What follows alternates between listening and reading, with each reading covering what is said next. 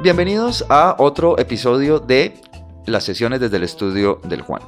Hoy entonces estaremos, como siempre, en la disposición de irnos para atrás en el tiempo, ¿cierto? Para conocer a un personaje muy especial. Una mujer que con un cigarrillo en la mano y una máquina de escribir cambió la historia del periodismo y de los medios de comunicación en Colombia. Se trata de Emilia Pardo Umaña. Es un personaje en sí mismo fascinante y para hablar de ella hoy recordamos no solo a la primera periodista profesional del país, sino a una mujer con una faceta poco conocida. Ella primero se formó como enfermera, ¿no? Bueno, antes de convertirse en esa voz crítica del país. Entonces, vamos a descubrir cómo una cachaca de la alta sociedad bogotana terminó enfrentando consejos verbales de guerra y escribiendo crónicas taurinas en España. Empecemos entonces con este programa. Con un brillo muy inquieto, Emilia con su respeto. Me llamo Emilia Pardo Umaña.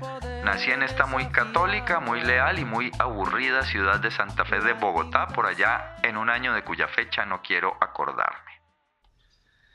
Esta frase resume su espíritu. Emilia nació en 1907 en una familia conservadora muy tradicional.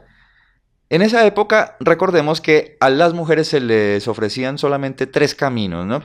Uno, casarse, otro, el convento y el otro, la enseñanza. Y paré de contar. Ella eligió estudiar enfermería en el Hospital de San José, pero el destino le tenía otros planes. Por allá en 1934, durante una partida de bridge en el Hotel Regina, alguien sugirió que tal vez ella podía escribir, a lo que ella respondió con firmeza. No digas tonterías, en los periódicos no trabajan sino hombres, yo no sirvo para eso. Y estaba equivocadísima. Al día siguiente la llamó el jefe de redacción de El Espectador y entonces entró a una sala llena de hombres y de puro humo a encargarse inicialmente de las notas sociales y de la taquigrafía. Fue la primera mujer en ocupar físicamente un espacio en una redacción profesional en Colombia. De la historia fue la dueña, la verdad ella trazaba. Doctora Kiki le llaman. Emilia no se quedó mucho tiempo anotando bautizos y matrimonios, ¿no? Por mucho tiempo. Creó un personaje fascinante, la doctora Kiki. Era un consultorio sentimental, pero nada parecido a lo que conocemos como un consultorio sentimental, ¿no? La doctora Kiki era una señora cínica, supuestamente víctima el ácido úrico, ¿no? De tener gota por haber amado mucho. Sus consejos eran brutales. Por ejemplo, decía que no había que corregir los defectos grandes porque eran la base de la personalidad. Y ese tipo de sarcasmo, de acidez, fue lo que le sirvió como pasaporte para pasar de la página social y del consultorio sentimental a la página de los opinadores, a la página de los columnistas, ¿no es cierto? Entonces dejó de dar consejos para los enamorados, ¿cierto? Para hablar de ética, valores, política, ¿no? Se convirtió entonces en una observadora filosa de las realidades de la ciudad, caminando las calles y buscando fuentes de primera mano. Algo inaudito para una mujer en esos años. Y justamente de esta época voy a leer una de sus columnas publicada en El Espectador en 1936, ¿no? La autoridad. Nuestro cuerpo de policía, de tiempos inmemoriales hasta nuestros días, ha sido el más característico reflejo de la vanidad fatua, pedante y carente del sentido de las responsabilidades. No encuentro una comparación adecuada si no es en los conocidos y poco apreciados cachacos de pueblo. Un buen día, cuando Bogotá debía tener 2 o 3 mil habitantes, el señor alcalde contrató 3 o 4 individuos, les puso un uniforme que en aquella época duraba todos los años que viviera su dueño, les dio un bolillo y quedaron convertidos en los representantes de lo que denominaron nuestras criadas, con los pequeños ojos en forma de ranura de alcancía deslumbrados y las bocas sensuales muy abiertas, dejando ver los maravillosos dientes sin una carie, la autoridad. Nuestros hombres se hincharon como las cigarras en tierra caliente y pasearon sus satisfechas humanidades por calles y plazas, conduciendo a la central a todo el que en su opinión había cometido una falta. Siempre eran candidatos de preferencia para llenar la cárcel, el hijo del compadre muy odiado, de la tendera de la esquina, etc. A medida que las necesidades lo exigieron, el organismo policivo creció. Llegó a tener uniformes correctos, se ocuparon de él los poderes dirigentes, trataron de inculcarles nociones del deber, etc. De todo esto hace muy poco tiempo, tal vez únicamente desde 10 años para esta parte se ha comprendido con enorme esfuerzo la labor necesaria de civilizar al policía a fin de que se entere de la gran misión social a que está destinado y que no es la de enamorar marchantas más o menos tiernas según los años y kilos que lleven a cuestas. Sin embargo, no ha sido posible desterrar completamente de este cuerpo la costumbre de abusar de la autoridad de que se hayan investidos y que por lo general, aun cuando hoy día en proporción afortunadamente mínima, les queda grande. Pero uno de los más notables defectos de nuestra policía en general es su carencia total de sentido común. En cuanto ignoran algo, desconcertados, asustados y temerosos de no estar a la altura del uniforme nuevo y del boliche recién torneado, optan por las medidas bruscas, dándose cuenta de que si logran que la víctima les falte al respeto, ya de hecho quedan en buen pie.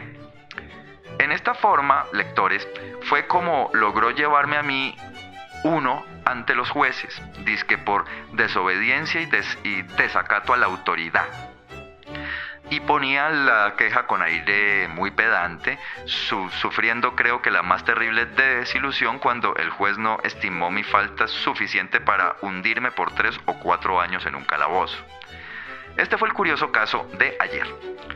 Una muchacha con su bella silueta gentil, su sombrerito de última moda, quien parecía la cachuda de un jockey, sus labios rojos, finalmente retocados por el lápiz, sus orejas color violeta y sus medias transparentes, pérfido invento de los modistos, ya que hacen la pierna aún más suave y sugestiva que al natural, tuvo el capricho simpático y alegre, digno de todas las alabanzas, porque fue despreocupado y original de hacerse lustrar sus lindos zapatitos de glacé en la Plaza de las Nieves, viendo el correr rechinante de los tranvías y el lento desfilar de los hombres indolentes y admirativos. El señor agente se desconcertó. ¿Tal cosa estaría permitida? Y si lo estaba, ¿por qué no lo había hecho ninguna antes? Reflexionó y lentamente en su cerebro plano obraron las influencias mentales que heredó con la sangre de sus antecesores. Todo lo nuevo es malo, se dijo, y la solución brilló en su fisonomía clásica, achatada hacia las narices y levantada hacia los pómulos. Enérgico se vino sobre nuestra alegre dama y le intimó prisión.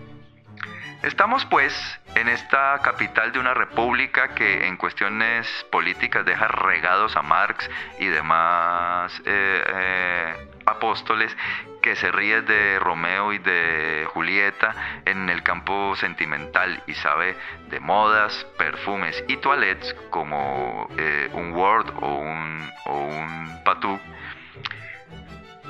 Capital en la que un policía se siente amo y dueño de la moral en pleno año de 1936 y decreta que una mujer que se embola debe ir a la cárcel. ¿Por qué? Supongo que alguien habrá que dicte al respecto una providencia y ponga coto a las iniciativas de estos respetables funcionarios públicos. Vamos a hacer una muy breve pausa para unos compromisos comerciales, porque ustedes saben que en las sesiones desde el estudio del Juan, nuestros auspiciadores son tan importantes como ustedes, la audiencia. Ya está aquí Andrés Calamao, el jilguero de la canción comprometida, con su último disco, Autocrítica y Romance. Quisiera ser capitalismo para oprimirte esas masas. Canciones de amor revolucionario. Aunque odie la propiedad privada, has de ser solo mía. Enamoré a esa primípara en las peñas, asambleas, marchas y pedreas. Te amaré más que el Che, mucho más que Fidel. Dedíquele al oído las más bellas tonadas erótico-militantes de Andrés Calamao, el jilguero de la canción comprometida. Fuerte, jugando siempre a la suerte, donde los hombres se traman. Regresamos entonces. La franqueza de Emilia Pardo tuvo un precio. En 1944 las cosas se pusieron feas, ¿no? Emilia enfrentó un consejo verbal de guerra, un procedimiento militar por sus críticas al gobierno del momento y a las instituciones. Esto le llevó un primer exilio en la Embajada de Colombia en el Ecuador por 3 meses. Y no fue la única vez. Durante la dictadura del general Gustavo Rojas Pinilla, en 1955 tuvo que refugiarse en los llanos orientales durante 9 meses. Allí, lejos de las redacciones de Bogotá, escribió Memorias de un mal periodista en el diario El Mercurio, reflexionando sobre el oficio, ¿no? Con una honestidad descarnada. Es fascinante que, a pesar de ser conservadora, ¿sí?, trabajó gran parte de su vida en medios liberales como El Espectador y El Tiempo. Ella decía que era conservadora porque le gustaba jugar bridge por las tardes y dormir por las noches. Su lealtad era con la verdad y con la ironía. Del exilio y la censura, es su voz una escritura. Esta mujer medía 1,49 metros, nada más, pero su legado fue gigante. Hacia el final de sus días nos regaló piezas maestras del periodismo narrativo, como su famosísimo reportaje a la mamá, donde reconstruye una conversación íntima con su madre, María Umaña, mezclando lo personal con las historias de Bogotá. De hecho, de este reportaje voy a leer un fragmento muy corto para que nos demos cuenta de la cosa, del estilo, ¿no? Bueno. Llueve y conversamos, mejor dicho. ¿Cuánto hace que no conversamos así, divagando un poco sobre asuntos que las dos sabemos bien? ¿Cuánto tiempo ha transcurrido desde aquel que yo recuerdo mejor que ella, en el que nos unía una sutil amistad suave y poderosa, amistad que a través de la gran mesa de comedor nos hacía sonreír la una a la otra de todo y de nada? Parecía que entre nosotras hubiera una alianza tácita y secreta más firme que todos los tratados. Recuerdo que después del almuerzo extendida sobre el tapiz magnífico, boca abajo, apoyada en los codos y con los tobillos al aire, yo leía, atenta y seria. A veces, cansada, levantaba la vista del libro y escuchaba devotamente, como quien ora, la música de Chopin, de Beethoven, de Mozart, y miraba las manos de la mamá. Ella en ocasiones me sonreía sin que sus manos tan blancas y tan suaves dejaran de correr sobre el teclado. Alguno de mis hermanos, entregados al mismo oficio silencioso de leer, el único que toleraba la mamá cuando tocaba el piano, decía alguna cosa, y la mamá fingía seriamente indignarse y decía: cállense, déjenme tocar, civilícense, por Dios. Y este reportaje, antes de decirle lo que les iba a contar, lo pueden encontrar en una antología confeccionada por Daniel Samper Pisano hace varios años, que se llama justamente así, Grandes Reportajes. Esta es una de las primeras ediciones, hay otras más nuevas, remozadas con más cosas, y allí está justamente este reportaje completo de Emilia Pardo Umaña. También entonces nos deja una obra de ficción, una novela, ¿no? Una novela policíaca que se tituló Un muerto en la legación, y esa es de 1951. Bueno, existe también una controversia a propósito de la relación de Emilia Pardo con el feminismo, ¿no? Ella se autodenominó siempre feminista a su pesar, ¿no? Y decía que las feministas la divertían, pero que no quería militar en sus filas. Bueno.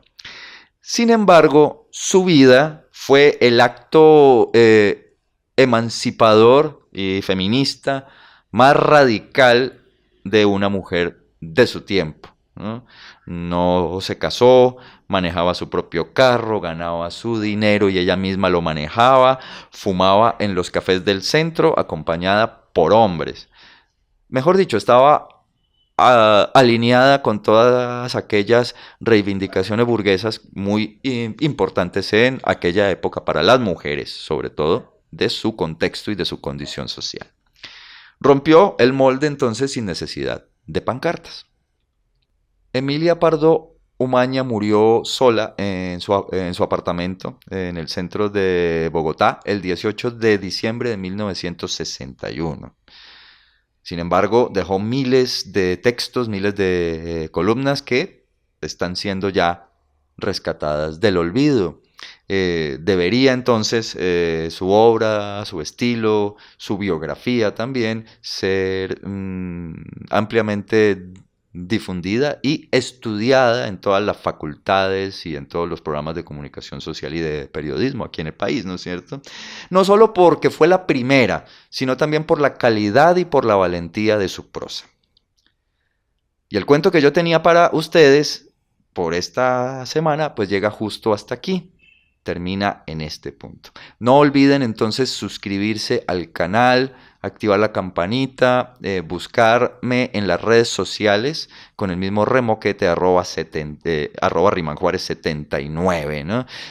Pónganme en los comentarios, por favor, entonces, ¿qué les pareció el programa? Sus comentarios alrededor de este personaje, si la conocían o no, si desean conocer un poco más, pues escriban para poder poner allí enlaces y cosas a los textos de Emilia Pardo Umaña, ¿no? Bueno, ¿qué temas quieren que toquemos aquí? Como ya es costumbre, nos vamos con música. ¿Listo? También anunciándoles que muy pronto estaremos de nuevo en la vieja dinámica de hacer un especial semanal en vivo, ¿sí? Como fue el germen de este programa. Todavía no, estoy en plena preproducción, pero ya casi se los anuncio con mucha emoción. No me resta más que despedirme entonces, agradecer su sintonía, su compañía, y hasta la próxima. Les habló Juan Pablo Ramírez. Chao.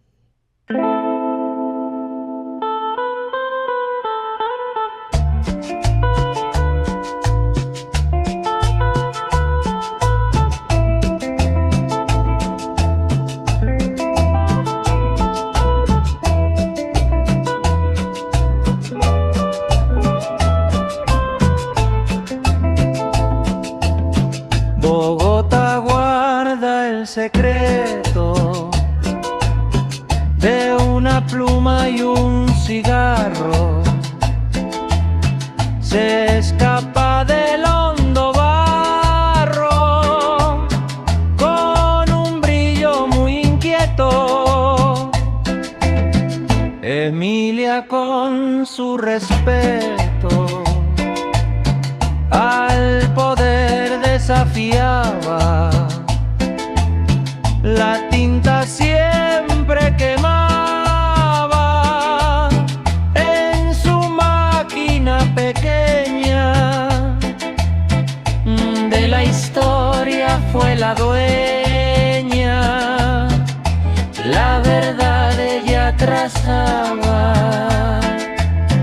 Doctora Kiki le llaman,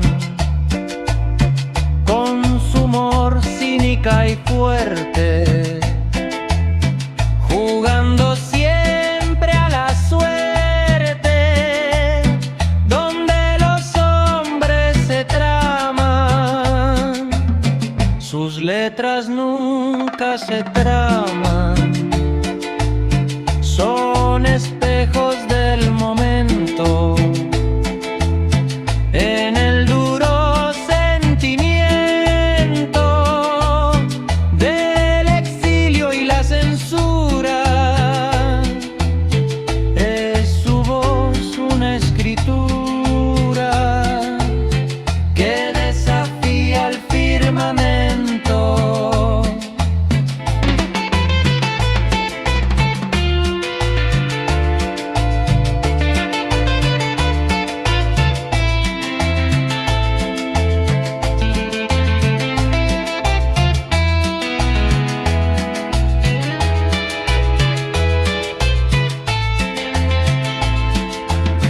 Fue enfermera y fue pionera de una época olvidada, caminando la jornada, siendo libre y verdadera. No hubo nunca una barrera